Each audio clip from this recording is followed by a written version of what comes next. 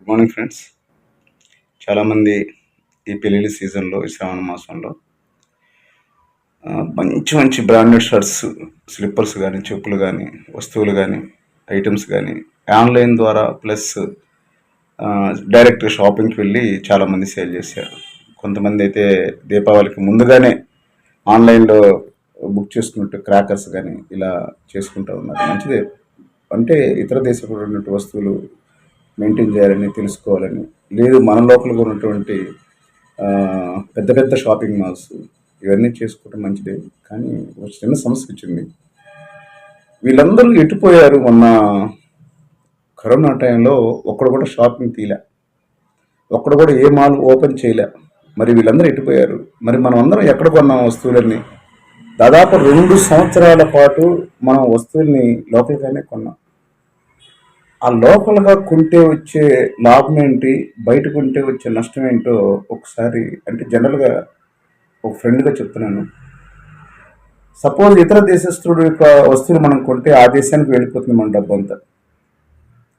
లేదు, పెద్ద పెద్ద మాల్స్లో మనం డబ్బులు పెట్టి మంచి మంచి బ్రాండెడ్ వస్తువులు కొని ఏదో వాడు ఇచ్చే ఆఫర్, పిచ్చి ఆఫర్ ఒకటి తీసుకొని 2+1 లేకపోతే 1+2 ఇట్లా పెడతా ఉంటాడు.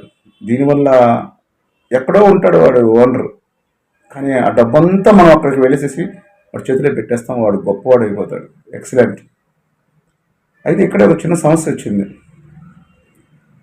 గ్రామంలో ఉన్నటువంటి ఒక వస్తువును మనం కొనాలంటే మనం దాని యొక్క నాణ్యతను చూస్తాము. అది పుచ్చిపోయిందా, లేదా బాగుందా, లేదా పట్టుకొని ఇది క్వాలిటీ ఉందా, లేదా పాత బియ్యమా, కొత్త బియ్యమా, ఇలా అన్నీ మనం చూసుకొని మనం ఆ వస్తువును కొంటున్నాం. మరి మాల్స్లో అలా కుదిరిద్దా? ఆన్లైన్లో అలా కుదిరిద్దా? ఇతర చేసే వస్తువులు మనం ఆన్లైన్లో ఆర్డర్ చేసినప్పుడు కుదిరిద్దా? కుదరదు. పోనీ రిటర్న్ చేయడానికి కొన్నిటికి ఆప్షన్స్ ఉండవు. చాలామంది మోసగాలు చేస్తూ ఉంటారు. చాలా తక్కువ టైంలో నేను ఇట్లా ఇస్తాను, అట్లా ఇస్తాను అని చెప్పేసి అని కూడా మోసం చేస్తూ ఉన్నారు, రాంగ్ కాల్స్. నేననేది ఏంటంటే, అదే డబ్బుని లోకల్గా ఉన్నటువంటి మన ఊర్లో ఉండేటువంటి, మన గ్రామంలో ఉండేటువంటి, మన గ్రామం మన దుకాణం అని చెప్పేసి అనుకునే మనసులో చిన్న చిన్న వ్యాపారస్తుల దగ్గర కొంటే వాళ్ళు కొంచెం బలంగా తయారవుతారు. ఏదైనా మొత్తం అన్ని, అంటే ఊళ్ళో ఉన్న ఫార్మసీ కానీ, ఊళ్ళో ఉన్న పచారీ కొట్టు కానీ, లేకపోతే బియ్యం కొట్టు కానీ, లేకపోతే ఏదైనా సరే సరుకుల కొట్టు కానీ, లేకపోతే చిన్న పానీపూరి బండి కానీ సరే, ఇలా మన గ్రామంలో ఎవరైతే వ్యాపారస్తులు ఉన్నారో వాళ్ళ దగ్గర మనం కొనుక్కుంటే మన క్వాలిటీ తెలుస్తుంది, నాణ్యత మనం చూసుకోవచ్చు, చేతితో టచ్ చేసుకొని చూసుకోవచ్చు, గుడ్డ బాగుందా లేదా అని చూసుకోవచ్చు. ఇలా కాకపోతే ₹1 ఎక్కువ ఉండొచ్చేమో. ఎందువల్లంటే వీళ్ళు ఎప్పటికప్పుడు ఫ్రెష్ సరుకు తెస్తారు. వీళ్ళకి చేత కాదనమాట. ఎందుకంటే గోదాల్లో దాపెట్టేసేసి సంవత్సరాల తరబడి నిల్వ ఉంచి చీకిపోయే వస్తువుల్ని 2+1 లేకపోతే 1+2 అదే మెరుపు కనపడుతుంది, కానీ బట్ట చీకిపోయిద్ది అనమాట. కొన్నాళ్ళకి వరకు నేను పాడైపోతుంటే అలా చేయటం గ్రామంలో ఉన్నటువంటి లోకల్గా ఉన్నటువంటి వ్యాపారస్తుల వల్ల కాదు. ఎందుకంటే వీళ్ళు ఎప్పటికప్పుడు ఈరోజు బస్తా అయిపోయిందా, మళ్ళీ రేపు తెచ్చుకుందామా, ఇట్లా ఆలోచించి ఎప్పటికప్పుడు ఫ్రెష్ సరుకు తీసుకొస్తారు. కాబట్టి వీళ్ళ దగ్గర ఈ రోజు ఉన్న రేటు రేపు ఉండదు, రేపు ఉన్న రేటు ఏముండదు. అంటే కాలానుగుణంగా మారిపోతూ ఉంటాయి రేట్లు, ఒకే రేటు మెయింటైన్ చేయలేకపోతున్నారు. కారణం ఫ్రెష్. ఇలాంటి వాళ్ళ దగ్గర సరుకు కొనండి.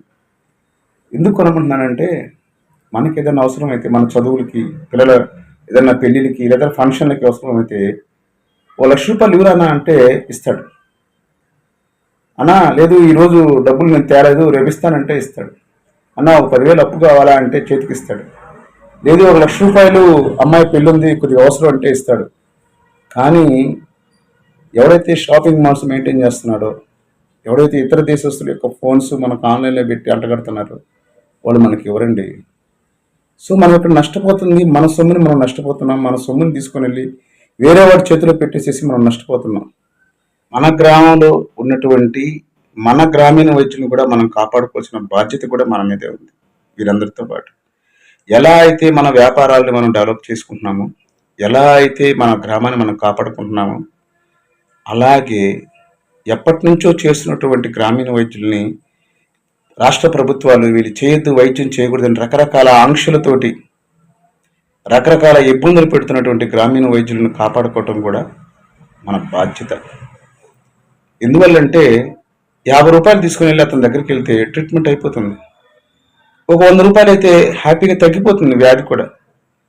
కానీ ఒక పేరు మోసినటువంటి ఒక డాక్టర్ గారి దగ్గరికి వెళ్తే లక్షలు ఖర్చు అవుతుంది ఒక్కోసారి. ఆలోచించండి మరి. ప్రారంభంలో ఉన్నప్పుడు ఒక రూ. 100తో నయం చేసుకోవటం మేలా, లేదా లక్షలు ఖర్చు పెట్టి కొన్ని జీవితాలను నాశనం చేసుకోవటం మేలా? సో ప్రథమ చికిత్స చేసేటువంటి గ్రామీణ వైద్యులను కూడా కాపాడుకోవాల్సిన బాధ్యత గ్రామస్తులదే. వాళ్ళకేమండి, మహా అయితే గ్రామంలో ఒకరో ఇద్దరు ఉంటారు గ్రామీణ వైద్యులు. కొన్ని గ్రామాల్లో అయితే వాళ్ళు కూడా లేరు. వీరు కూడా మానేస్తే, వైద్యం మానేస్తే హాస్పిటల్ అన్నీ బలంగా ఉంటాయి. మరి వీళ్ళందరూ ఎక్కడికి పోయారండి కరోనా టైంలో? వీళ్ళు వైద్యం చేయకూడదు అంటే ప్రాణాలు పోగొట్టుకుంటూ కూడా వైద్యం చేసింది ఆర్ఎంపీ వైద్యులు అని చెప్పేసి అని ఎంతో మంది చెప్పారండి. మరి ఆపద వచ్చినప్పుడు పారిపోయే వాడి దగ్గరికి మనం వెళ్ళాలా? ఇంటికి వచ్చి కూడా వైద్యం చేసి మనకి భరోసానిచ్చేటువంటి గ్రామీణ వైద్యుడు మనకి కావాలా? ఒకసారి ఆలోచించండి. కాబట్టి నేను చెప్పేది ఏంటంటే, మన గ్రామాన్ని మనం డెవలప్ చేసుకుంటే వాళ్ళు మనకు ఉపయోగపడతారు. వీళ్ళ దగ్గరే కదండి మనం పోయినసారి కరోనా టైంలో మన వస్తువులన్నీ కొనుక్కుంది, మనం హ్యాపీగా ఉంది. వాళ్ళు డబ్బులు ఇచ్చినా ఇవ్వకపోయినా కూడా కరోనా టైంలో మనకు అప్పులు ఇచ్చింది కూడా లోకల్గా స్థానికంగా ఉన్నటువంటి వ్యాపారస్తులే.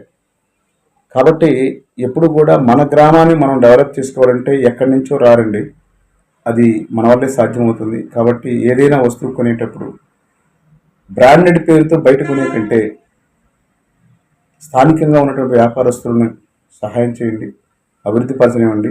వాడు ₹1 పరంగా ఉంటే మనకు ₹1 అదనంగా మనం అప్పు చేసుకోవడానికి కానీ, లేకపోతే ఏదైనా సహాయం అడగటానికి కానీ, లేదా స్థానికంగా ఏదైనా అకేషన్స్ అప్పుడు, తిరునాళ్ళప్పుడు వాడు ₹1 ఖర్చు పెట్టి గ్రామాన్ని డెవలప్ చేస్తారు. దీని నుంచే మోదీ గారు చెప్పింది కూడా ఇదే, ఇండియాలో తయారైనటువంటి వస్తువులు మనం కొనుక్కుందాము అని. చివరికి బాపూజీ గారు కూడా చెప్పింది కూడా ఇదే, క్విట్ ఇండియా. అయితే మనకే అర్థం కావట్లేదు.